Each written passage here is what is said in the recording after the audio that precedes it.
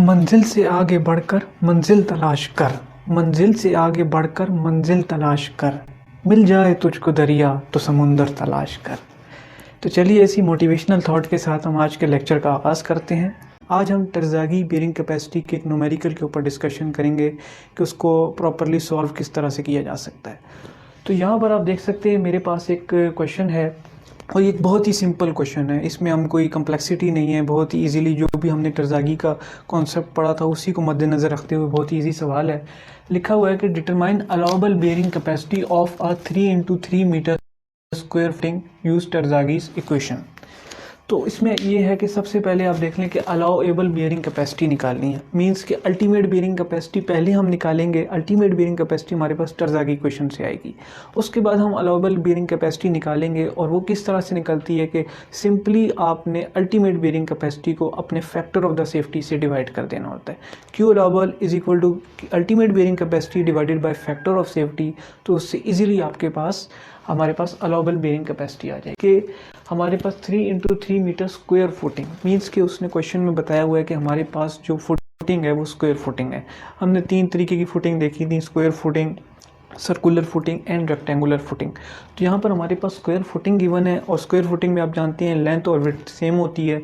तो 3x3 metre यानी कि इसका एरिया दिया हुआ है 9 मीटर स्क्वायर, 3x3 मीटर हमारे पास फुटिंग है। तो ये हमारे पास क्लियर हो जाता है। नेक्स्ट उसने हमारे पास क्वेश्चन में पूरा एक डाटा गिवन किया हुआ है। तो क्वेश्चन में जब आपके पास डाटा गिवन है इस तरीके का तो आइए हम उसको देखते हैं और उसके बाद सिंपली आपके पास क्या काम रह जाता है कि डाटा को क्वेश्चन के अंदर पुट करके आप उसको ईजिली सॉल्व करके बेयरिंग कैपेसिटी निकाल लें। तो ज़्यादातर तरजागी में जो इजी न्यूमेरिकल्स होते हैं वो इसी तरीके से होते हैं कि आपको सारा डाटा गिवन होगा और उसके बाद हम उसको इक्वेशन में पुट करके उसको इजीली निकाल सकते हैं। तो हम इस सवाल में देखते हैं कि सबसे पहले उसने गिवन में दिया हुआ है सॉइल टाइप आपके पास सैंड है। हमारे पास हमने पहले भी देखा था कि एक कोहेसिव सॉइल होती है, एक नॉन कोहेसिव सॉइल होती है। तो उसमें आगे फर्दर टू जो है ना एग्जाम्पल्स में अगर हम देखें तो कोहेसिव सॉइल में हमारे पास आ जाता है क्ले एंड सिल्ट टेक्सरा, और जो होता है ना सैंड, ग्रेवल, स्टोन, ये हमारे पास कोहेजन लेस सॉइल होती है। नॉन कोहेसिव सॉइल या कोहेजन लेस सॉइल हम कह सकते हैं, जिसका सी हमारे पास सी जो कोहेजन होता है वो हमारे पास 0 है। तो कोहेजन लेस सॉइल में हम सैंड, ग्रेवल एंड स्टोन को कंसिडर करते हैं। तो यहाँ पे उसने चूँकि सैंड दिया हुआ है तो देख सकते हैं कोहेजन लेस सॉइल है और सी हमारे पास 0 है, यानी कि जो सी हमारे पास इक्वेशन में यूज होगा वो 0 है। Next angle of internal friction देख सकते हैं 35 डिग्री है। 5 एंगल ऑफ इंटरनल फ्रिक्शन जो होता है जिसकी बेस पर वो हम सारा फार्मूलाज डिराइव करते हैं उसको हमने 35 डिग्री कंसिडर किया हुआ है। यूनिट वेट ऑफ सॉइल कितना आपको गिवन है 18 kilo newton per metre cube. अब यह है कि ये हमारे पास किस में है, अगर हमारे पास न्यूटन मीटर की यूनिट में है तो हमारे पास unit weight of the soil जो है kilo newton per metre cube में आएगा। अगर हमारे पास जो है पाउंड और फुट की रेशो में है तो फिर हमारे पास पाउंड बाय फुट क्यूब भी यहाँ पे हो सकता है। बट यहाँ पे जो हम डील कर रहे हैं वो हम न्यूटन मीटर में डील कर रहे हैं, तो हमारे पास यही इक्वेशंस, यही यूनिट्स चलेंगी। नेक्स्ट आप देख सकते हैं base of footing at 2 metre below ground level. अब यहाँ पे जो इसने लिखा हुआ है base of the footing means कि ग्राउंड लेवल से बेस ऑफ द फुटिंग का जो डिस्टेंस है वो 2 मीटर है। जो आपका बेस ऑफ द फुटिंग है 2 मीटर बिलो है ग्राउंड लेवल से। इसका मतलब ये है कि यहाँ पर हमें ये डेप्थ ऑफ फाउंडेशन बता रहा है। सिंपली DF जैसे हमने पढ़ा था Q is equal to gamma into. No अगला पॉइंट जो उसने बताया है वो है एज्यूम जनरल शेयर फेलियर। जैसे हमारे पास जनरल शेयर फेलियर था, लो डेंसिटी होती है सॉइल की तो उसमें सेटलमेंट जो है ज़्यादा हो जाती है, उसी हवाले से ये कह रहा है कि जनरल शेयर फेलियर है। अब general share failure, local share failure, punching share failure, ये 3 टाइप के फेलियर्स हैं, बट यहाँ पे उसने हमें जनरल शेयर फेलियर ही मेंशन किया गया है। ये नेक्स्ट हमारे पास ये है neglect ground water table effect. अब ग्राउंड वाटर टेबल क्या होता है कि ग्राउंड वाटर टेबल को हम इजीली इस तरह समझ सकते हैं कि zone of the upper most layer of the zone of the saturation. Means के सॉइल में आपके पास जितना भी मॉइस्चर एंड वाटर कंटेंट होता है उस मॉइस्चर कंटेंट की जो अपर मोस्ट लेयर होती है उसको हम ग्राउंड वाटर टेबल कहते हैं। जो भी सॉइल मॉइस्चर कंटेंट की टॉप मोस्ट लेयर होती है उसको हम ग्राउंड वाटर टेबल कहते हैं। एंड नेक्स्ट हमारे पास ये कह रहा है neglect ground water table effect. Means के इसका जो भी इफेक्ट पड़ेगा, इवन इसका तरजागी इक्वेशन में फ़र्क पड़ता है, अगर हम उसको कंसिडर करें तो सोल्यूशन डिफरेंट हो जाता है। तो यहाँ पर हम इसको कंसिडर नहीं कर रहे। तो ये हमारे पास सारा डाटा गिवन है। तो अगर हम इसको यहाँ पर हम देख सकते हैं कि डायग्राम हम इसकी किस तरह ड्रा करें, आइए उसको भी देख लेते हैं। कि यहाँ पर हमारे पास एक फुटिंग है जिसकी आप कह सकते हैं कि विड्थ हमारे पास कितनी दी हुई है, 3 इंटू 3 मीटर, मीन्स हमारे पास 3 मीटर यहाँ पर इसकी विड्थ आ जाती है। ये हमारे पास बी है, ये हमारे पास बी है। और यहाँ पर अगर आप देख सकते हैं हमारे पास ग्राउंड सरफेस है, मीन्स हमारे पास ये हमारे पास ग्राउंड लेवल है, हमारा GL ये है।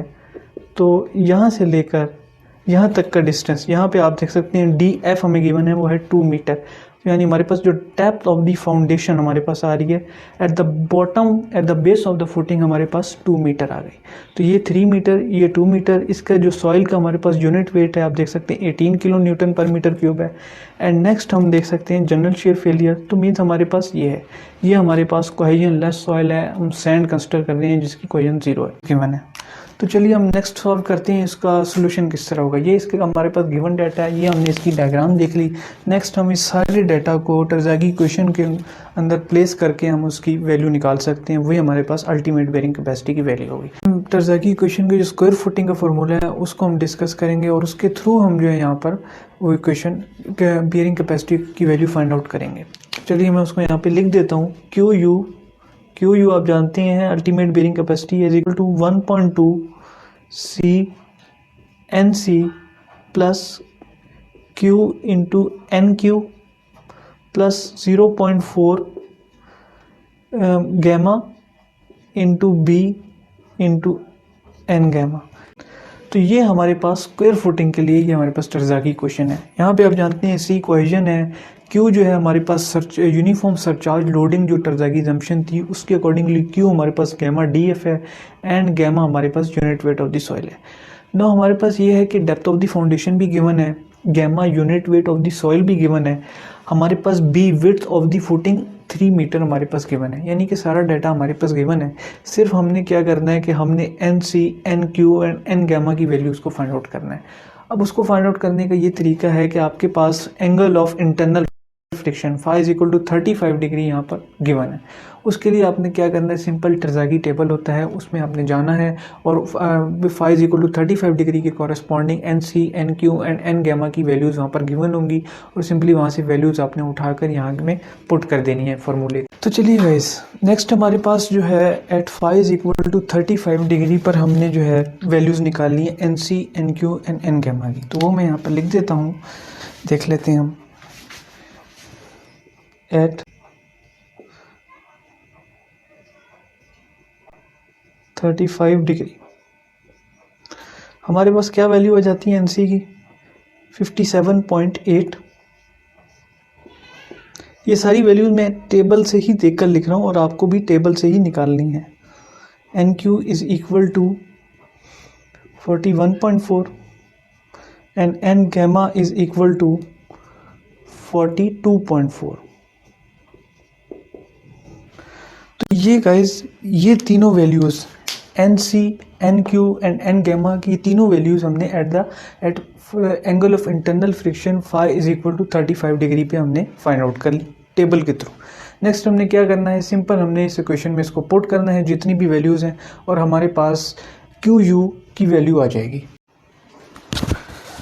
तो चले फ्रेंड्स हम यहाँ पर इसकी वैल्यू पुट कर देते हैं। सिंपल देख सकते हैं आप QU इज इक्वल टू, अब C हमारे पास क्या है, कोहेजन लेस सॉइल हमने पहले डिस्कस किया है, सैंड है हमारे पास, कोहेजन लेस सॉइल है, मीन C का फैक्टर हमारे पास 0 है। तो हम यहाँ पर क्या हमारे पास 1.2 इंटू 0 इंटू NC कितना हमारे पास 57.8, फैक्टर हमारे पास 0 से मल्टीप्लाई होने के बाद 0 कंसिडर हो जाएगा।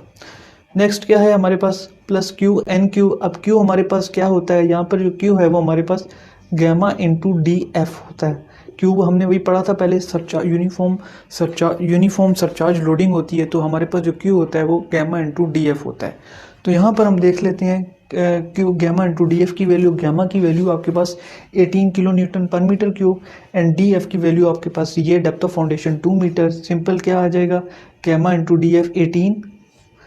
नेक्स्ट आपके पास DF की वैल्यू 2 है और आपके पास NQ की क्या वैल्यू है, यहाँ पे अभी हमने निकाली है 41.4। तो आपके पास यहाँ पे आ गया लास्ट पार्ट है 0.4 इंटू गैमा, तो मैं यहीं पर इसको लिख देता हूँ 0.4 इंटू गैमा। गैमा अगेन हमारे पास unit weight of the soil 18। Next हमारे पास क्या है, B width of the footing देख चुके हैं, हमारे पास गिवन है 3 मीटर। एंड नेक्स्ट हमारे पास एन गैमा की वैल्यू हमारे पास टेबल से आ गई कितनी, 42.4। तो गाइस सिंपल क्या है कि इस इक्वेशन में हमने सारी वैल्यूज़, इस इक्वेशन के अंदर हमने सारी वैल्यूज़ पुट कर दी। सिंपली आपने इसको सॉल्व करना है कैलकुलेटर के थ्रू, मल्टीप्लाई एंड एडिशन है, उसके बाद आपके पास क्यू यू की वैल्यू है। तो गाइस ये वाली वैल्यू हमारे पास ज़ीरो आ जाती है, simple Q U is equal to, ये वाली वैल्यू ख़त्म हो गई। यहाँ पे हमारे पास आ जाता है 18 इंटू 2 इंटू 41.4। अब सिंपल आपके पास आता है 1490.4 प्लस, इसको सॉल्व कर लेते हैं।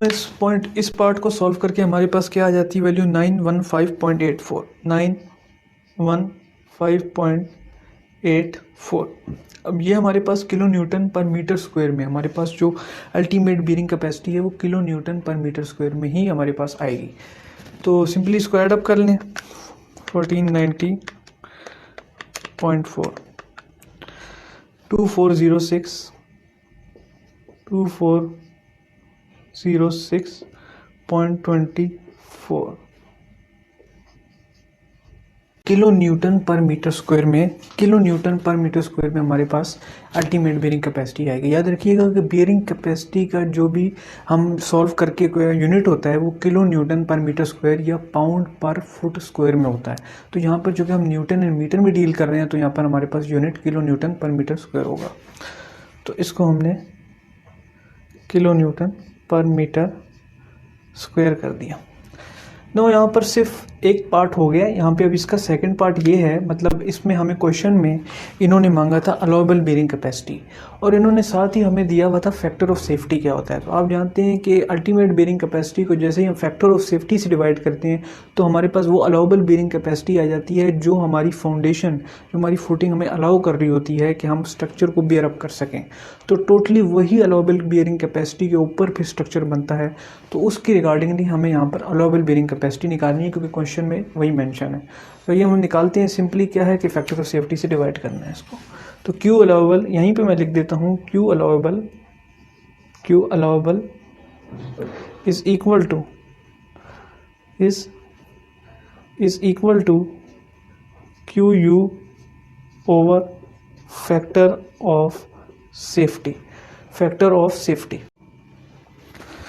तो सिंपली गाइज हम यहाँ पे वैल्यू पुट कर देते हैं, 2406.4 डिवाइडेड बाय 3।